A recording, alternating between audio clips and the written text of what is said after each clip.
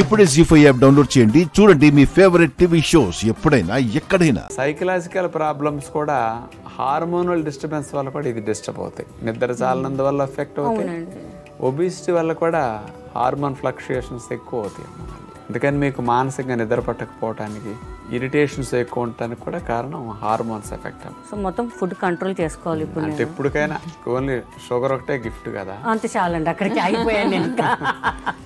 ఇంకొక 1-2 years అంటే ఇంకొక 4-3 యాడ్ అవుతాయి మళ్ళీ. అందుకని ఎంజాయ్ చేయటానికి కొంతవరకే స్టేజ్ ఉంటుంది. Okay okay. కానీ ఆరోగ్యాన్ని ఎంజాయ్ చేయాలంటే మరి జీవితకాలం కావాలి కాబట్టి దానికోసం వీటిని కొంత లిమిట్ చేయకపోతే తప్పదమ్మాయి. అందుకని మైండ్ సెట్ మాత్రం మారాలి. నా బోటి వాడు చెప్పే విషయాలు చాలా మందికి నచ్చకపోవచ్చు, కానీ అది నచ్చకపోవటం అనేది ఒక స్టేజ్ వరకే ఉంటుంది. జీవితాంతం నేను విన్నంటానే ఉండదు. రేపు డాక్టర్ కూడా చివరికి నువ్వు కంట్రోల్ చేయకపోతే ఇన్సులిన్ కూడా పనిచేయదంటారు. అవునండి అవునండి, ఎగ్జాక్ట్లీ. ఎటు తిరిగినా చివరికి మళ్ళీ లైఫ్ స్టైల్ మారాలి, ఆహారం మారాల్సింది. ఇప్పుడు ఆవిడ పాపం చాలా భయపడిపోయారు. ఫుడ్ తగ్గించాలి, లేదంటే ఇష్టమైన ఫుడ్ తగ్గించాలి అని అంటే. అదే మరి ఇతర ఇంటర్వ్యూస్ నుంచి చూస్తే కనుక మీకు ఫుడ్ చాలా ఇష్టమని మాకు చాలా ఇష్టం అండి. మండే టు సాటర్డే వరకు ఎప్పుడైనా ఇంట్లో ఉంటే నార్మల్ ఫుడే తీసుకుంటాను. సండే మాత్రం గట్టిగా తింటాను అనమాట. మీలాంటి వాళ్ళు ఏం చేయాలంటేనమ్మా, న్యాచురోపతి బాగా హెల్ప్ చేస్తుంది. Naturopathy, okay. మీరు సండే ఇష్టమైన ఆహారం తిన్నారనుకోండి, మండే తినాల్సి వచ్చినప్పుడు ఏంటంటే ఎంజాయ్ చేశాం కాబట్టి మండే ఎంజాయ్ చేయకూడదని ప్రిన్సిపల్ పెట్టుకోవాలి. ఓకే. ఆ రోజంతా మీకు ఫుడ్ ఎట్లా ఉండాలంటే ఈ క్యాలరీస్ని కట్ చేయాలి, షుగర్ ఇబ్బంది అవ్వకుండా ఉండాలి. షుగర్ రైజ్ అయింది కూడా తగ్గాలంటే వెజిటబుల్ సాలడ్ ఇట్లా పెట్టుకుని అందులో స్వీట్ కార్న్ గింజలు. అంటే ఇప్పుడు షుగర్ ఉంది కదా, కొన్ని వెజిటబుల్స్ తినద్దు అంటారు. అన్ని తినొచ్చు. అంటే పొటాటో, ఆలుగడ్డలు తినద్దు అంటున్నారు. ఆలుగడ్డలు తినలేం కాబట్టి వదిలేదు.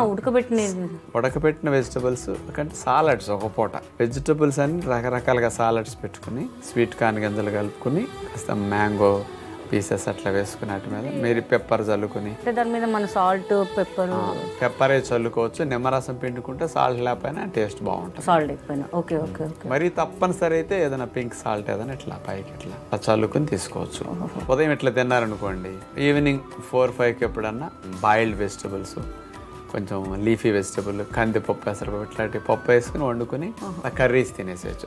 రైస్ పుల్కా తినకుండా కర్రీస్ ఈవినింగ్ 4-5కి తినేసారనుకోండి, మరి స్టాప్ చేసేది. మార్నింగ్ 9కి 10కి తిన్నారనుకోండి, ఇవన్నీ ఖాళీ అయ్యి ఆకలి అవ్వడానికి చాలా టైం పడుతుంది. ఈ ఫుడ్ తిన్నప్పుడు న్యాచురల్గా ఆకలి ఆటోమేటిక్ కంట్రోల్ అవుతుంది.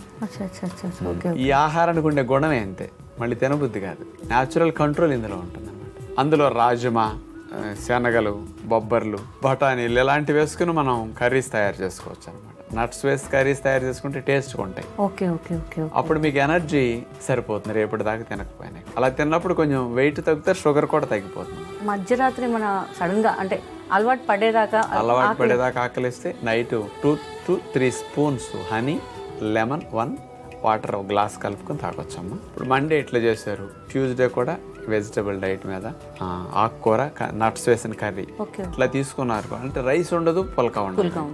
సీడ్స్ వేసిన, నట్స్ వేసిన కర్రీస్ కానీ లీఫీ వెజిటబుల్స్ కానీ తాలేసినవి ఉంటాయి. ఒక పూట సాలడ్ మీద ఉండొచ్చు. ఇట్లా మీలాంటి వాళ్ళు తిన్నారనుకోండి, ఒక 2-3 days 4 days మళ్ళీ ఒక 1 kg 1.5 kg ఇట్లా రెడ్యూస్ అవుతారు.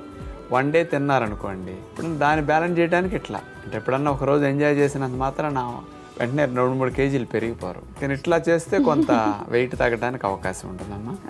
అంటే మీకు ఆటోమేటిక్గా డయాబెటీస్ కూడా తగ్గుతుంది డోసు బాగా. దీనికి అలవాటు పడ్డారనుకోండి, ఇంకా కంట్రోల్ కొద్దిగా ఒక్కొక్కటి హ్యాబిట్. అంటే ఇప్పుడు నాకు మార్నింగ్ ఈవినింగ్ ఇన్సులిన్ ఉంది కదండి, ఇప్పుడు 4-5 తినేసేమన్నారు కదా, మన నైట్లో ఇన్సులిన్ డోస్ తగ్గించుకుంటాం ముందే అప్పుడు. Okay okay okay. మీకు ఆటోమేటిక్గా ఈ ఫుడ్కి ఎక్కువ అవసరం ఉండదు. ఈ ఫుడ్లోనే గ్లూకోజ్ ఎక్కువ ఉండదు కదా, అందుకని ఇన్సులిన్ బాగా తక్కువ మినిమం డోస్ తీసుకుంటే సరిపోతుంది. అచ్చా అచ్చా, ఓకే. 20 ఉందంటే 10 తీసుకోవచ్చు అంతే. కొంచెం ఎక్కువ ఉన్నా నష్టం లేదు, డౌన్ అవ్వకూడదు. కొంచెం షుగర్ ఎక్కువ ఉన్నా పెద్ద ఏం అవ్వదు అండి, కానీ డౌన్ అయింది అనుకోండి మనకు ప్రాబ్లమ్స్ వస్తాయి కొద్దిగా. Okay okay. అందుకని ఇన్సులిన్ డోస్ తక్కువ తీసుకున్నందువల్ల ఏం కాదు అప్పుడు. ఏం కాదు.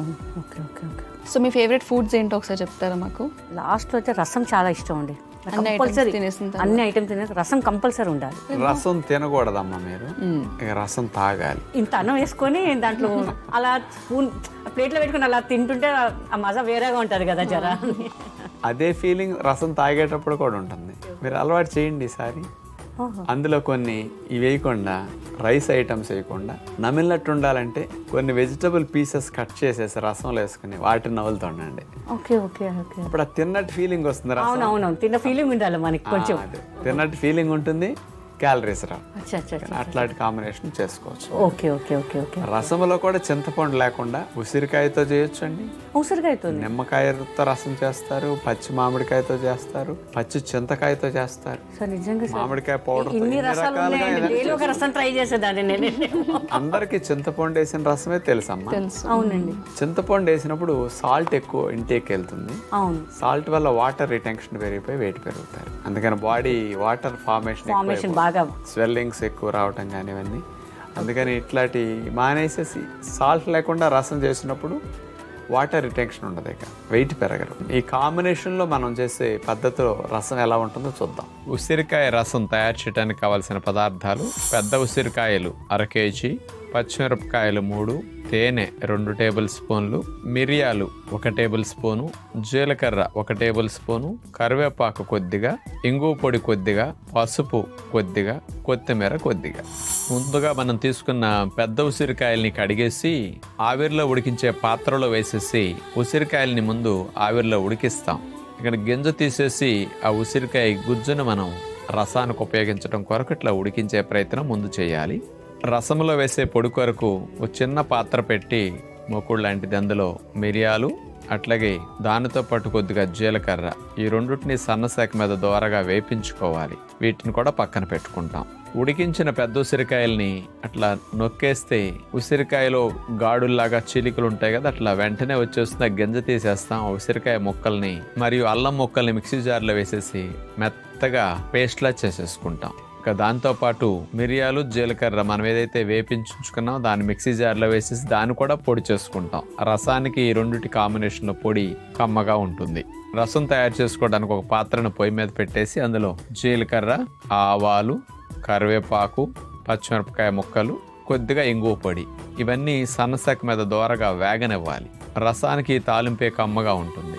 దోరగా వేగిన తర్వాత అందులో మనం ఉడకబెట్టిన పెద్ద ఉసిరికాయల్ని గ్రైండ్ చేసి పేస్ట్ చేసేసుకున్న దాన్ని ఇందులో పోసేసి తాలింపులో అట్లా నీళ్లు కలిపేసిన ఉసిరికాయ పేస్ట్ కూడా పోసేసాం.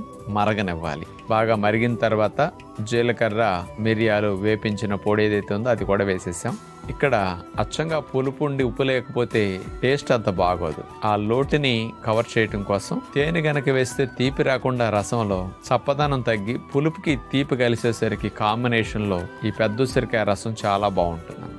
బాగా మరిగిన తర్వాత అందులో కొత్తిమీర, కొద్దిగా పసుపు, ఈ 2 వేసేసి 2 నిమిషాలు 4 నిమిషాలు మరగనిచ్చేసి దింపేస్తాం. ఇక ఇమ్యూనిటీ బూస్టింగ్ పెద్ద ఉసిరికాయ రసం సిద్ధమైంది.